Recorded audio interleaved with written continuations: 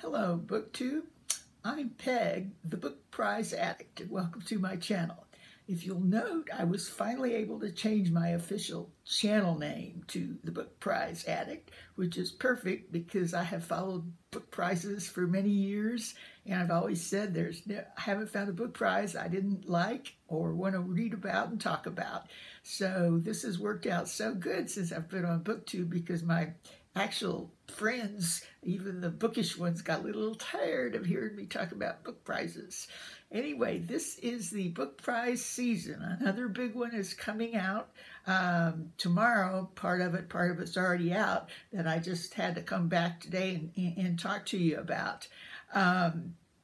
This one is the National Book Critics Award in many different areas, and I'm especially interested in this because it's not like a popular award. It's people that actually know something about books, which I assume book critics do. I think those of us on YouTube, most of us watch our own BookTube literary critic, Steve Donahue. So we have a special, I do anyway, have interest in criticism these days. And we're kind of lucky because we get to hear the latest on books that aren't even out yet with Steve. Anyway, so a little bit about the National Book Critics Association. And here's their webpage, which I put a link down to. It's not real thorough in explanation. In fact, I had to find out a different way on a Goodreads group I'm on that their big announcements is tomorrow. And well, actually, some of the prizes are already out, and the winners will be announced tomorrow, and some of the bigger ones, the contenders, will be announced tomorrow. Anyway, it's a big day for the book prize world. So anyway, I thought I'd tell you a little bit about the Book Critics Organization. It was founded in 1974 at the Algonquin Hotel in New York City. I think the Algonquin plays a big part in a lot of different mysteries, actually, about New York City that I've read. So must have a real atmosphere about there. And of the founding members, 3 of them, they use their names now for some of their special prizes. And the one I'll be talking about later is John Leonard. He was one of the founding members there at that first meeting. Anyway, the mission of the Book Critics Circle is to honor outstanding writing and fostering a national conversation about reading, criticism, and literature. And they now have, I guess, around 600 members, and it's open to freelance and staff book reviewers at various stages in their careers. I think they have sort of workshops and help people with their skill sets and things. Anyway, so of the special categories, 2 of them, they're named for other people that were there that day, are going to be announced tomorrow. One of them is to a book critic of the year, and the other one is to an author that's done a lot in that department through the year. But the one I'm interested in is called the John Leonard Prize, and it is for the first book of a writer in any genre.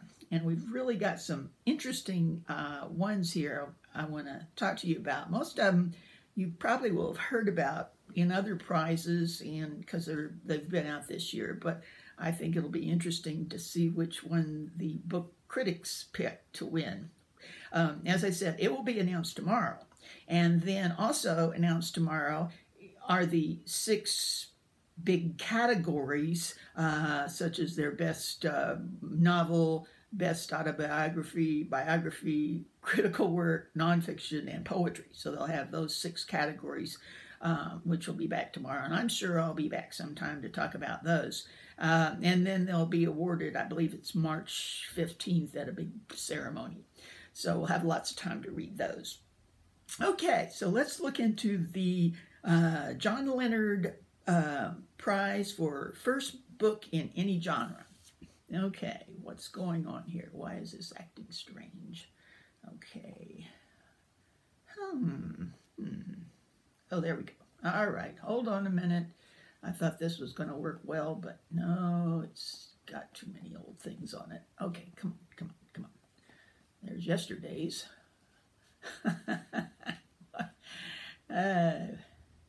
Okay, here we go, here we go, here we go. The first one is a book of short stories called When a Man Falls from the Sky by Leslie Arama. And it is, New York Times Book Review calls it these short stories, a mix of sci-fi parables, ecological and feminist concerns, and says it recalls the work of Margaret Atwood, who, as you know, wrote Handmaid's Tale, which is much talked about now, and I believe the movie is either out or coming out soon on that. So this looks kind of interesting. The next one is also a book of short stories, Her Body and Other Parties by Carmen Machado. Now, this was on the National Book Award shortlist, and I talked about it then, it's the National Book Award. Yeah, that's what I said. Actually, I'll have a copy, but it's just easier to show it in here. And it is termed earthy, unworldly, sexy, queer, comic, and deadly serious. That's an oxymoron, isn't it? Okay, I have seen several reviews on BookTube about this, so you can probably find some if you're interested. Okay, next we have What We Lose, a novel by Zinzi Clemens, and this deals with a young African-American girl and a coming-of-age story for her. It deals with a meditation on race, sex, and family. And it was called one of the best books of the year by Vogue, NPR, and Esquire. Okay, we have Marlena by Julie Bunton. It again is a coming-of-age story of actually two 15-year-old girls. One is the narrator, and the other one, Marlena, moves to town, and she's quite advanced and gets the narrator into doing things she might not have otherwise done. I think we all had a friend like that when we were younger. Okay, it involves a very harrowing episode, and then later it comes, it goes to a much later time period, and there's a dialogue between the past and how it affects her in the present time. This was called the best book of the year by Washington Post and NPR. Okay, next we have My Absolute Darling by Gabrielle Talent.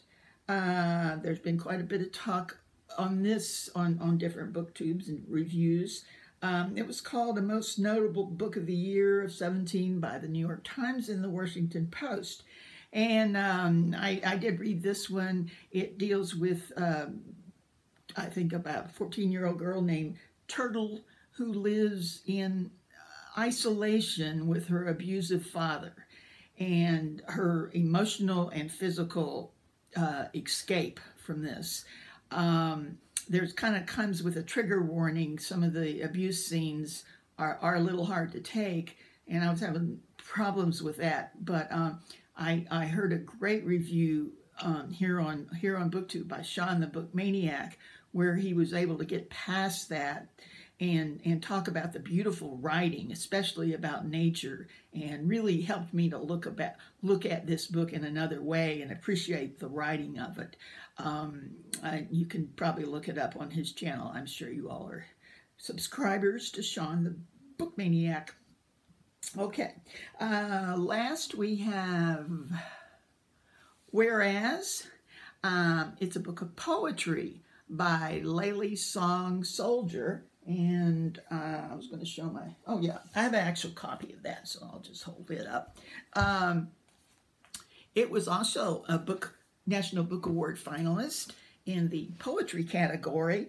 And this author is a Native American, and in these poems, she talks about life as both a U.S. citizen and a citizen of the Lakota Nation.